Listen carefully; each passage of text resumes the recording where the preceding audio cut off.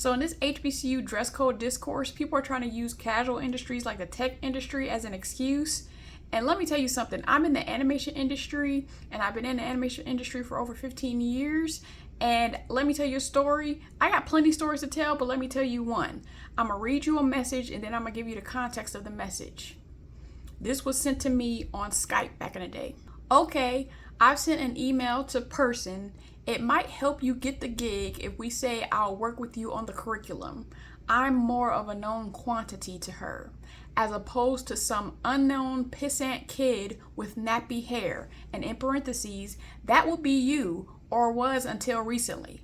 That is a message that I got from a 40-year-old white woman when I was 25, 26 years old, and I had to sit at my desk and figure out how to respond to that. So let's unpack this. I got my degree in film and animation, so that's when I first knew we can call our professors by their first names. We could wear a t-shirt and jeans, very lax, very chill. This particular role, very lax, very chill. You got Nerf guns in the office.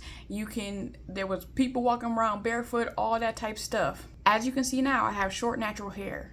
Back then, when I was getting this message, I had just cut off, I had a big afro. And as a black person, I wasn't going to work raggedy. If I wore my hair, it was in twists, 2-strand twist, or perfectly coiffed afro. Because I ain't about to go out with my stuff lopsided. Perfectly coiffed afro. What is the context of this message? The lady was actually trying to help me. That's the crazy part when I tell people this story. This is a nice, liberal white woman trying to help me. She was teaching at a community college. She was trying to get me a job teaching another subject at a community college. And so this was her message to me to reach out to the person, to the contact, so that I can try to be an adjunct professor for the first time. So again, this is the message. Okay, I've sent an email to person. It might help you get the gig if we say I'll work with you on the curriculum. I'm more of a known quantity to her, as opposed to some unknown pissant kid with nappy hair.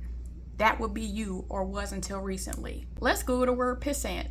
Pissant is a vulgar slang term meaning an insignificant person, a worthless thing, or a petty nuisance.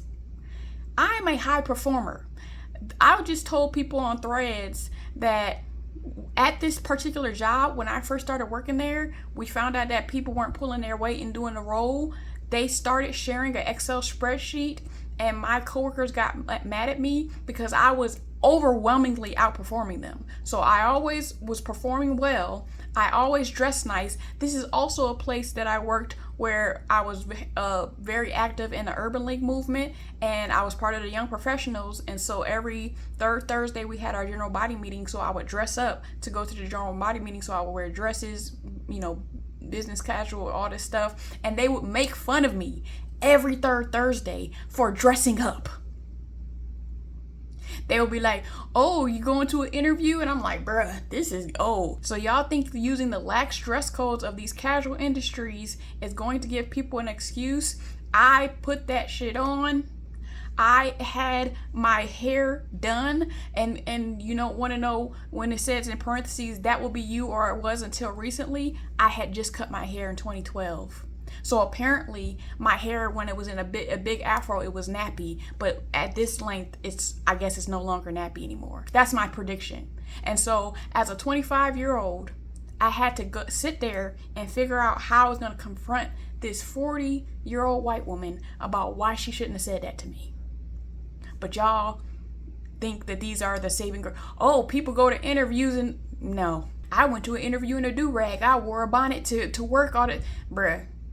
People need to learn time and place, and y'all can't use these casual industries as an excuse. And y'all need to understand that people built their reputation to get the privilege to do some of the things that they're saying. They weren't doing that when they were 21.